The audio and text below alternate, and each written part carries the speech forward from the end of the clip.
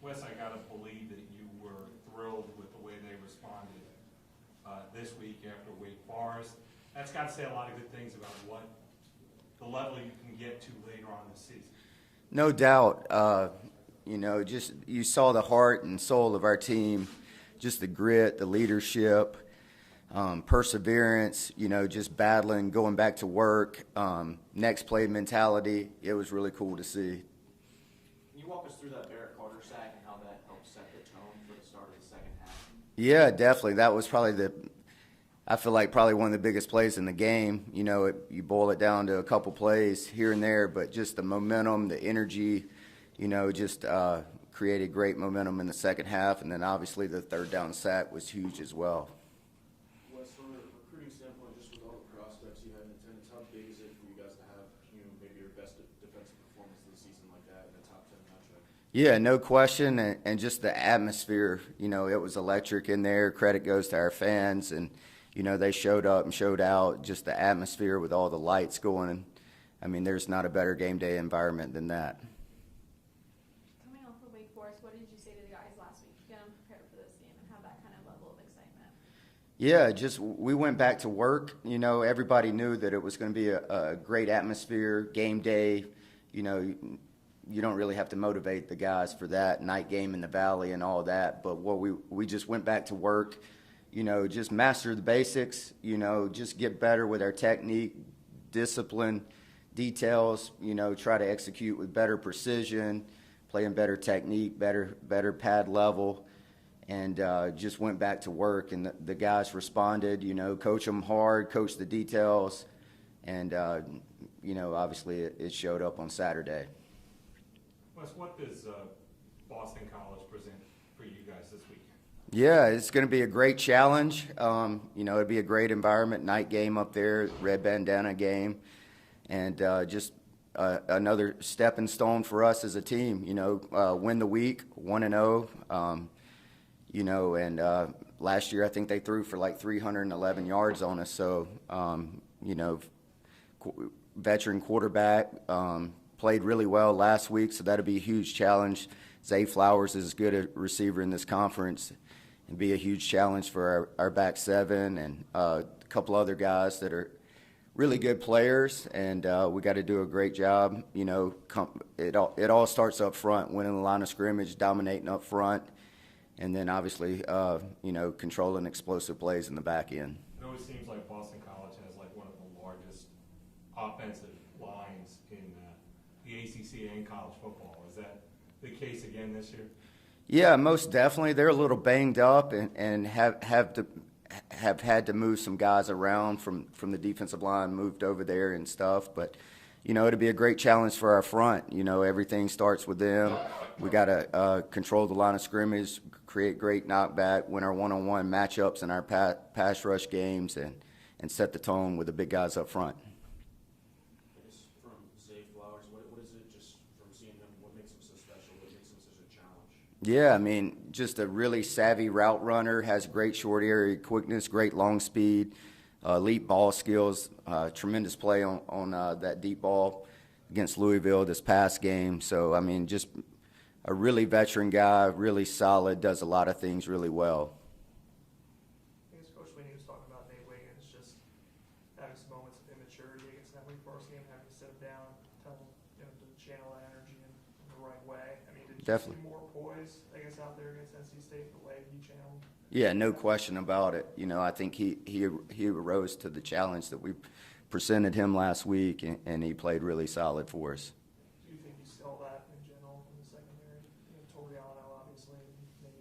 Yeah, definitely. Those guys are growing up. Hopefully we take the next step this week with those guys as well. But it was a huge challenge. Feel like guys are in and out. Obviously, at the end of the game, we had Nate, we had Sherrod back there, and along with Toriano, and those guys rose to the occasion. Tyler Davis, it seems, whenever NC State was trying to run screens underneath, he was there to blow up almost every one. Can you talk about what his intelligence means for this team, not just his ability as a player, but just how it encompasses him as a whole? Yeah, I mean, more knowledge you have, the faster you play, the more violent you play. and it definitely shows up. Just his block recognition and just filling the screen, that comes from levels and years of experience, and it just translates on Saturdays. So we're talking to Miles about pass rush, and you were saying obviously that sometimes they're getting the ball in 2 seconds. It's hard to get there. But Miles was saying even, if they are doing that, you still pass rush as hard as you can in case there's 3-4 seconds. You have opportunities. I mean, how much did you see the guys continue to rush and give, that effort to be able to get? Yeah, definitely. We talk about not being outworked, not being outcompeted, and definitely showed up. You never know. So you never know what play is going to change the game. So you have to have that championship strain every play, and it was good to be able to finish some rushes, and not only finish some rushes, but we also affected the quarterback on balls that he did get out. We were able to get there and affect him with our rush. Do you think this is closer to what you want to see pass rush wise compared to the first 4 weeks? Do you feel like this game is closer to what this front four can bring on a consistent basis? Most definitely. You're number 2 in the nation now in run defense. Yeah. Is that where you expected this group to be?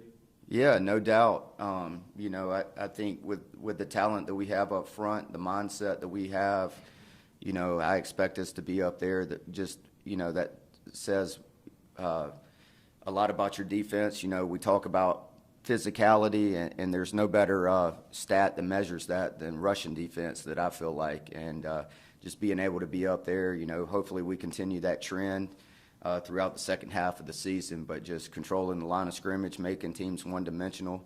But on the flip side, teams have gone away from running the ball, and I think we're 9th most in passes defended with like 196 or something. So, yeah, so there is a flip side to it, no doubt. Wes, I wanted to ask a couple questions about being an analyst. I mean, first of all, like 10, 15 years ago, a guy like you might not have had an entryway into, a Power 5 program.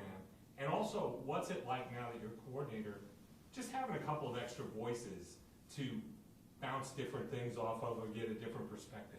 Yeah, definitely. I mean, it's huge. I mean, it's not a one-man show.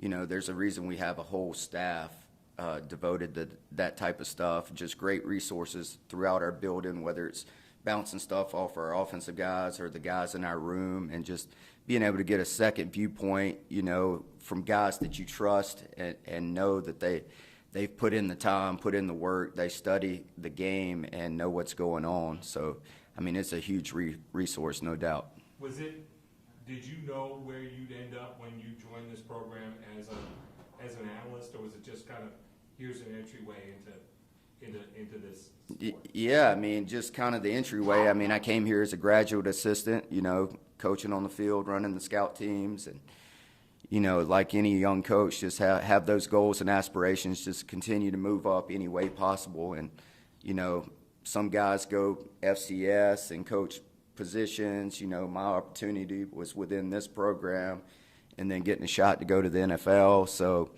you talk to a million guys in this profession. Each one has a different story and how it works out for them. So I've just tried to make the most of my opportunity, bloom where I'm planted, and just grind it out and see what happens.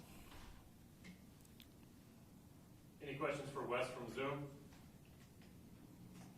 Coach, this is Trevor from CTigers.com. Did Andrew practice at corner much in August or in the first few weeks of the season, or were most of his reps last week after the weight game? And how do you assess his technique Saturday night? Yeah, definitely. This is something. I mean, that's not something that we just threw him into the fire. He did it in training camp, obviously in the spring as well. He played corner in the spring game. And, he was a little rusty, but did some things really well while he was in there. And I think, if it's called upon for him to play there this week, his technique will improve this week. He's a student of the game, and he prepares as well as anybody on this team. He'll be ready to go on Saturday, no doubt.